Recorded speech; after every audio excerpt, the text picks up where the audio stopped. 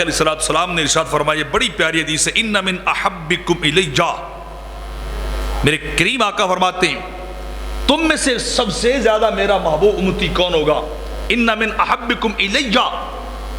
وہ امتی جو مجھے سب سے زیادہ پیارا لگے گا۔ اور دوسرا فرمایا اقربکم منی مجلسا یوم القیامہ، اور قیامت کے دن تم میں سے سب سے زیادہ میرے قریب کون سا شخص ہوگا؟ میرے آقا فرماتے احسنکم اخلاقا، جس کا اخلاق سب سے زیادہ بہتر ہوگا، جس کا بیہیویئر ایٹیٹیوڈ بہتر ہوگا، جس کا بول چال دل کے جذبات سب سے زیادہ اچھے ہوں گے، اللہ کی مخلوق سے جو محبت کرے گا، جو پیار کرے گا،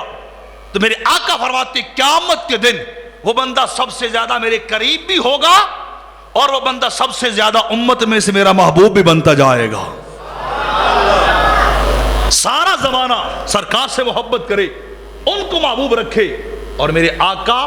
حسن اخلاق والے کو محبوب رکھیں۔ ہر بندے کی کوشش ہے دنیا میں رہ کر کسی ایک چیئرمین، یو سی چیئرمین کے ساتھ، ایم پی ایم این اے کے ساتھ، کسی بیوروکریٹ کے ساتھ، کسی لائر اور جج کے ساتھ،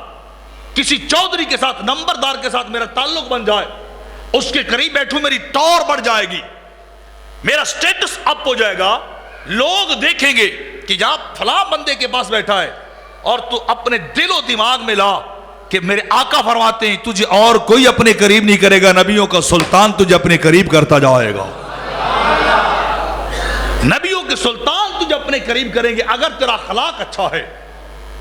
اگر تیری طبیعت بہتر ہے، اگر تو معاف کر دینے والا ہے، بندوں سے درگزر کرنے والا ہے، اور اگر تو ظلم کرنے والا ہو، اپنی برادری کو دبانے والا ہو، اپنے سے نیچے والے پہ بوجھ ڈالنے والا ہو، اس کے راستے میں روڑے ٹکانے والا ہو، اس کو کچھ نہ سمجھنے والا ہو، یا اللہ کے بندوں کے ساتھ تو بدتمیزی سے پیش آنے والا ہو، تو پھر تجھے نبی اپنے قریب نہیں آنے دیں گے۔ میرے آقا تجھے اپنے قریب بولیے کبھی نہیں آنے دیں گے، قریب اسے آنے دیں گے جو مصطفیٰ کی امت سے پیار کرنے والا ہوگا۔